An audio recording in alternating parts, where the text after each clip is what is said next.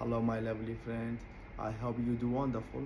For today I have got some words, phrasal verbs and idioms for you. Let's get started. The first word, inborn. Inborn, a mental or physical characteristic that someone has from the birth. The next word, elope. Elope, secretly run away for the purpose of being married. Phrasal verb is the first one, overlook. Overlook, to see something wrong or bad and decided to ignore it. The next one, step down, to resign from the position of authority. The idiom is the first one, I am on my last leg, means I am very exhausted. The last one, the idiom, beating a dead horse, wasting time and energy trying to do something impossible. هاران أوروكش هندك وشو إديوم فريزا فيربش معنا بو دو يكم وشبو أو كي دو كيتر فريزا فيربن أو كي دو كي آخرش إديوما أو يكم inborn هاران inborn يعني زجماك مثلا كسك لدايك دبي مثلا بونا منا نابيستا ناغويا نابينايا يا مشكيتونيا لدايك دبي وايا أو بيدرن الإنجليزي بيدرن inborn born عن لدايك بون بس إنك دستا بيشي عن لقالي هيك وشيء inborn يعني زجماك أو يدوم هاوريان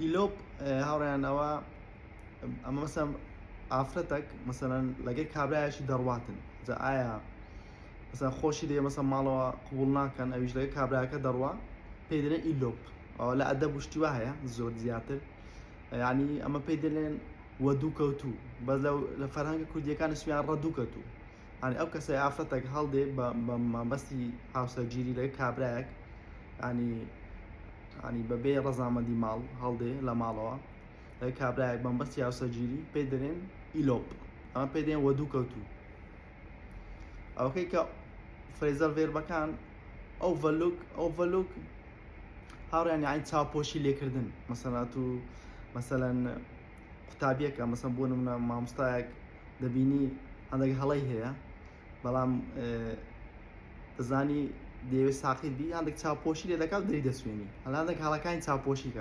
چاپۆشیک لێکردن یا مثلا فەرمانگایەکی حکومیە کەسێک واستەک شتێک دەکات لای کەسێک بەرپرسەکە مثلا چاپۆشی لێ دەکات هەندێک هەڵە و شتی وا بەڕێ دەکات ئیشەکەی لۆ بەڕێ دەکات پێ دێن چاپۆشی overlook سیرکردنە over prepositionە بەزانی وکو بڵێ لایەک چاپۆشی لێکردن ینی لادان overlook بەمانایە یعنی چاپۆشی لێکردن لە شتێکی خراپ.